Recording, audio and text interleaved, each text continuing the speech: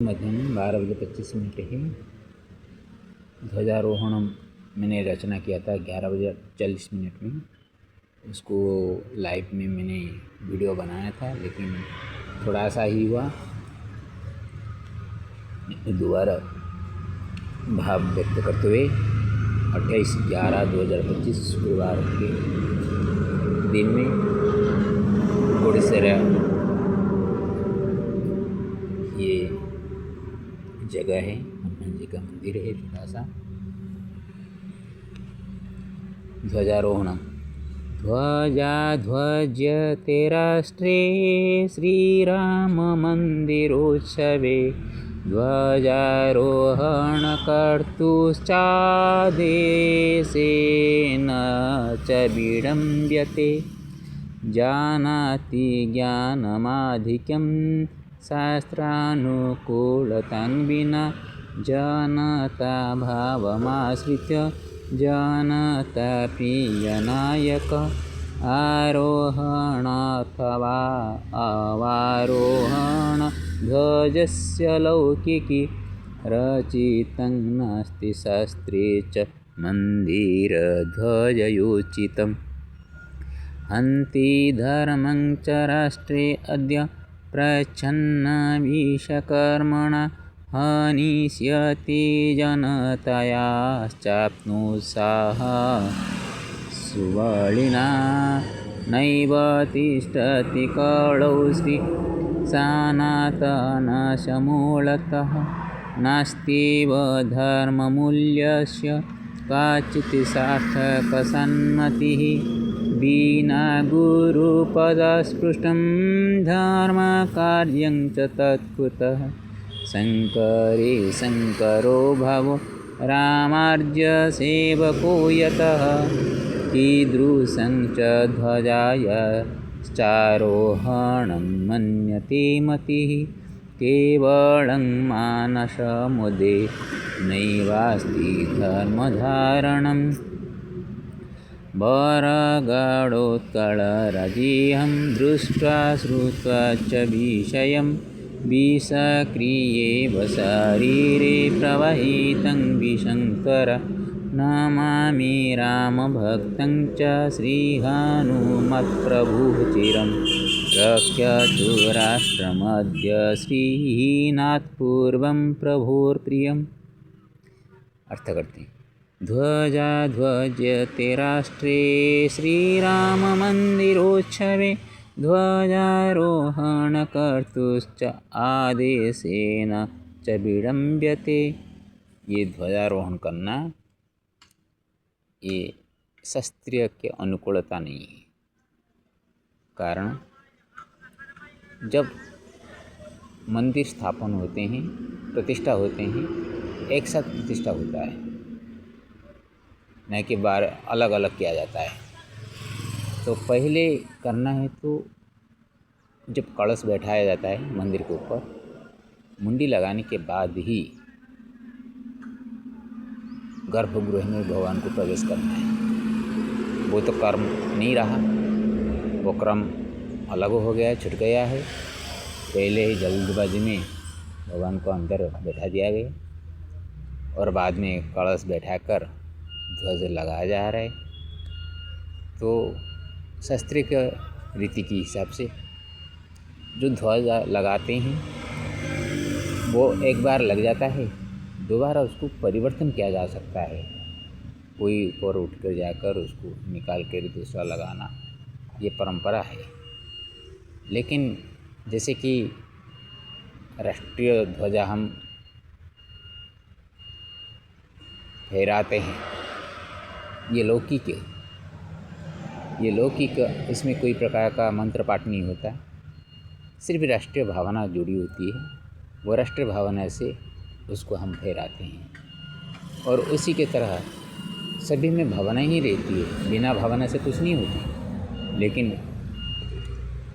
धर्म कार्य के लिए जो हमारे पूर्वजों ने जो रास्ता हमको बताए हैं, उसी रास्ते का अनुसरण करना हमारा कर्तव्य है। कभी कभी उसी रास्ते को भी हमको परिवर्तन करना पड़ता है। कहाँ पे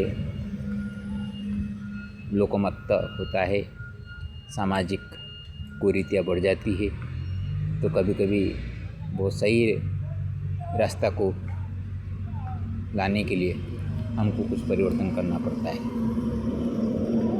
अभी चल रहे हैं संवाद चल रहे हैं संविधान में, सभागृह में बाबा साहेब आम्बेडकर को लेकर किस प्रकार का कुछ चल रही है खटास, ये सभी का कुछ भी औचित्य नहीं है।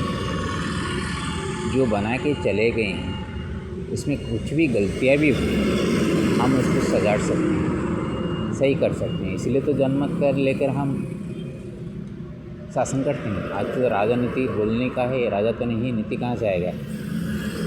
आज तो जनमत से काम चल रहा है, और जनमत यदि सामूहिक स्वार्थ के लिए होगा तो सही है, लेकिन यहाँ पे निजी स्वार्थ आ जाती है, इसलिए नेता यहाँ पे काम नहीं करते। यहाँ पे राजा का कोई भी औचित्य भाव नहीं रहता। कभी राजा मनमुखी शासन करता था, उसके विरुद्ध में हमें जनतंत्र गणतंत्र बैठाया, लेकिन आज भी हम जिसको बैठाते हैं एक को ही बार बार बैठाता है, परिवर्तन नहीं करते, क्योंकि जनमत का अर्थ होता है परिवर्तन करना। तमिलनाडु का उदाहरण लीजिए, जब तक सुश्री जयललिता जी थी, करुणानिधि थे, दोनों में उनका शासन परिवर्तन होता था। इसीलिए देखिए तमिलनाडु बहुत कुछ उन्नति की तरफ है। 5 साल हम देखेंगे क्या गलत है क्या सही है, दूसरों को देंगे, और ज़रूरत पड़े दोनों में खराब है तो तीसरे को देंगे, क्योंकि कि परखने के लिए कि 5 साल 10 साल बड़ी बात होती है, और इसको हम लगातार देते रहेंगे तो मनमुक्ति आएगी ही आएगी वहाँ। तो अभी उसी तरह का सिलसिला भी शुरुआत हो रही है। कभी कुछ धर्म के ऊपर बात नहीं हो रही थी, इसीलिए कांग्रेस बुरा है। अभी धर्म के ऊपर बात चल रही है तो बीजेपी अच्छा है। धर्म कैसा है पहले तो उसको समझना चाहिए। आज तो कोई अपना धर्म मानता नहीं, जो मानव धर्म होना चाहिए उसको तो कोई पालन करता नहीं, लेकिन धर्म के ऊपर बहुत सारे प्रवचन देते रहते हैं। हम जब मंदिर के लिए एक रात रुकने के लिए चलते हैं, हमारे पास आधार कार्ड वगैरह से होते हुए, प्रमाण पत्र होते हुए एक रात रुकने के लिए नहीं देते हैं। कल हम बाहर सो के चले हैं, कोई एक साधु आ रहे हैं, उसके साथ बात करो, उसका मानसिक स्थिति देखो, वो पागलपन है या कुछ शराब वगैरह पीता है या नहीं, उसका गंजा वगैरह व्यवहार है या नहीं देखो, उसके बाद उसको आश्रय देना है नहीं देना, ये अलग बात होती है। और सुनते ही मैं पदयात्रा में हूँ, सुनते ही यहाँ पे रुकने के लिए कोई व्यवस्था नहीं है बोल जाती, तो सनातन धर्म का क्या उद्धार हो सकता है।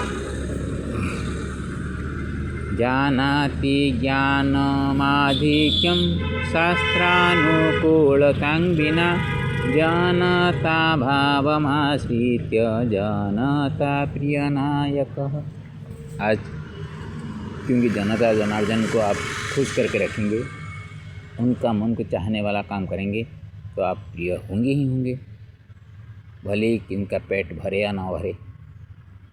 जैसे कि T20 मैच देखने के लिए जाते हैं, पूरा भीड़ हो जाते हैं, पैसा खर्च करे जाते हैं, भीड़ में जाकर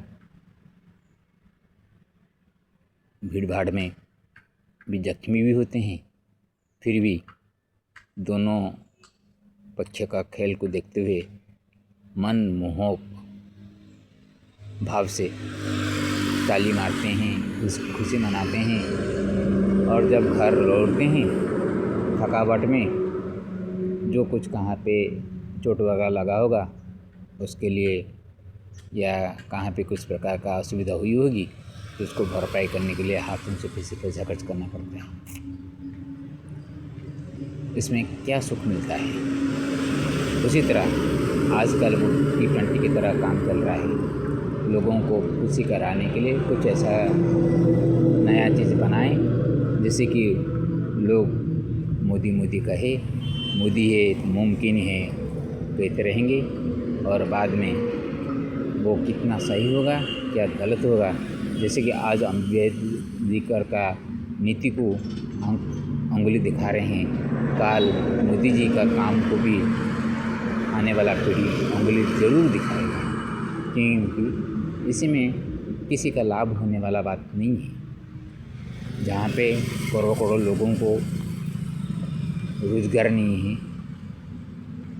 काम करने के लिए सुविधा नहीं रहती, मुफ्त में सुविधा देकर लोगों को कमज़ोर किया जाता है, वहाँ धर्म का स्थिति कहाँ है। आरोहणाथवारोहण ध्वजस्य लौकिकी रचितं नास्ति शास्त्रे च मंदिरध्वजयोचितम्।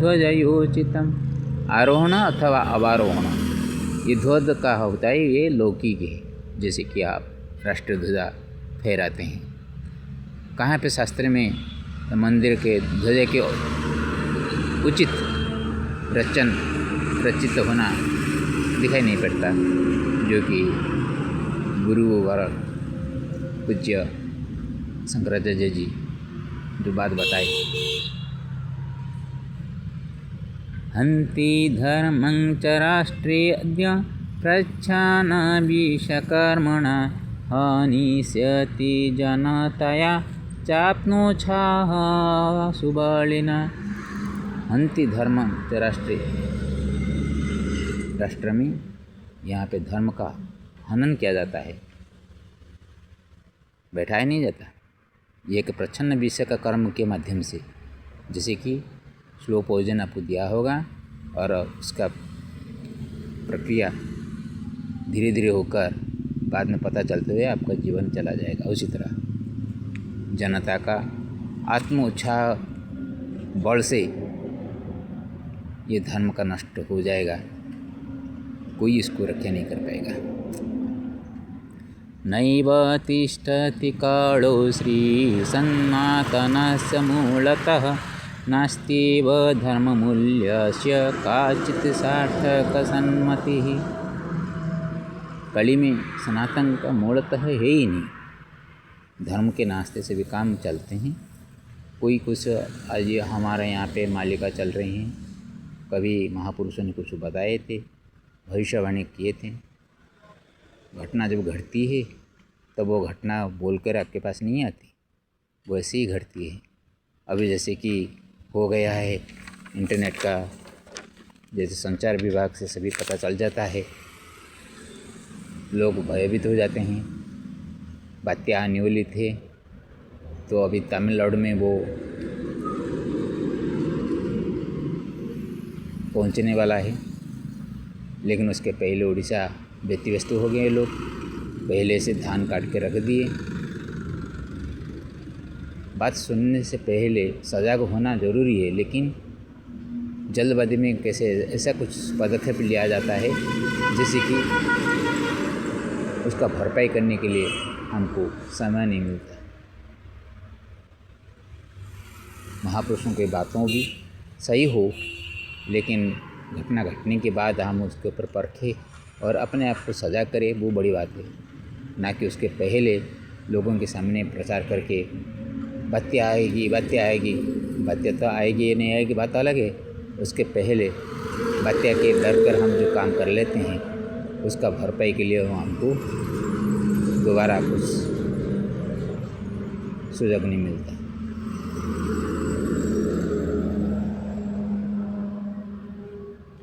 विना गुरुपदस्पृष्टं धर्मकार्यं च तत्कुतः शंकरे शंकरो भवो रामार्य सेवको यत। जिस भी का जप करो गुरु को बुलाना है, बिना गुरु से कुछ काम नहीं होगा। जो कि हम शंकराचार्य जी को मानते हैं, आज शंकराचार्य जी का प्रतिनिधि के रूप में आज जो शंकराचार्य जी गुरु बैठे हैं, शंकर शंकर भावो कहा जाता है, भगवान शिव के अंश रूप है, जो कि राम आर्य राम के वो आदि सेवा को बोलने पर भूल नहीं होगा। तो यहाँ पे ना शंकराचार्य जी को बुलाया गया, जो रामभद्राचार्य जी गुरु जी है वो गुरु जैसे मानते हैं प्रधानमंत्री, लेकिन उनको भी नहीं बुलाया गया। तो बिना गुरु का स्पृष्ट पदस्पृष्ट न करके आप कौन सा धर्म का जो बना रहे हैं। कीदृशं च ध्वजाय चारोहणं मन्यते मति केवलं मानसमुदेन एवास्ति धर्मधारणम। ये किस तरह का धर्म कार्य चल रहा है? सिर्फ मानस को मोदन करने के लिए, मानस को खुशी करने के लिए, जनमानस का प्यार पाने के लिए, एक वोट पाने के लिए जो भी कार्य हम करें वो टिक के रहेगा, हम समझते हैं। जब जिसके लिए आप काम कर रहे हैं वो अपना धर्म नहीं पालन कर रहे हैं तो आप कितने दिन तक वो धर्म ध्वजा आप फहराते रहेंगे? हर एक भारतीय, हर एक सनातनी अपने ऊपर गर्व करता और अपने धर्म से थोड़ा सा हिलता जुलता नहीं होता तो पता चलता।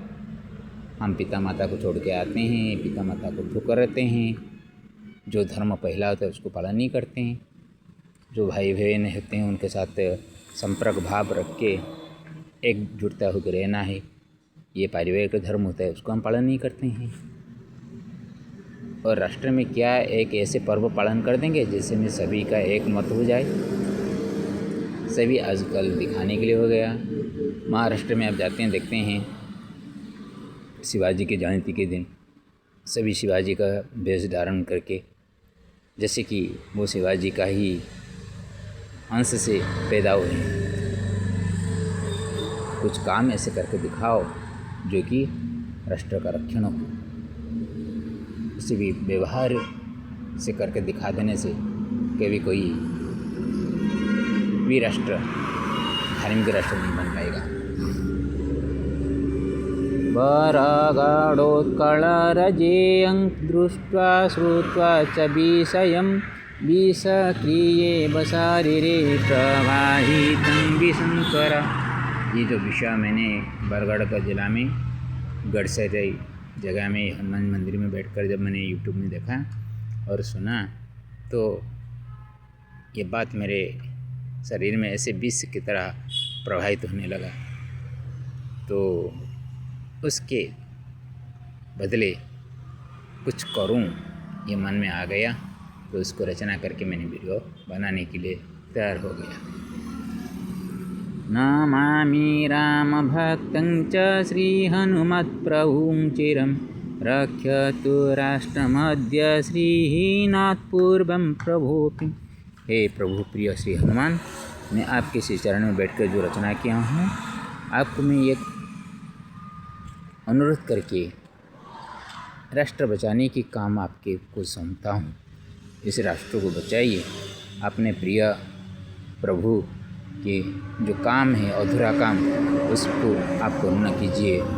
लोगों को सद्बुद्धि दीजिए, जनता को सद्बुद्धि दीजिए, जननायकों को सद्बुद्धि दीजिए, जिस बुद्धि से वो ऐसा कुछ जल्दबाजी में काम ना करे जिससे राष्ट्र का अहित आगे होने वाला हो।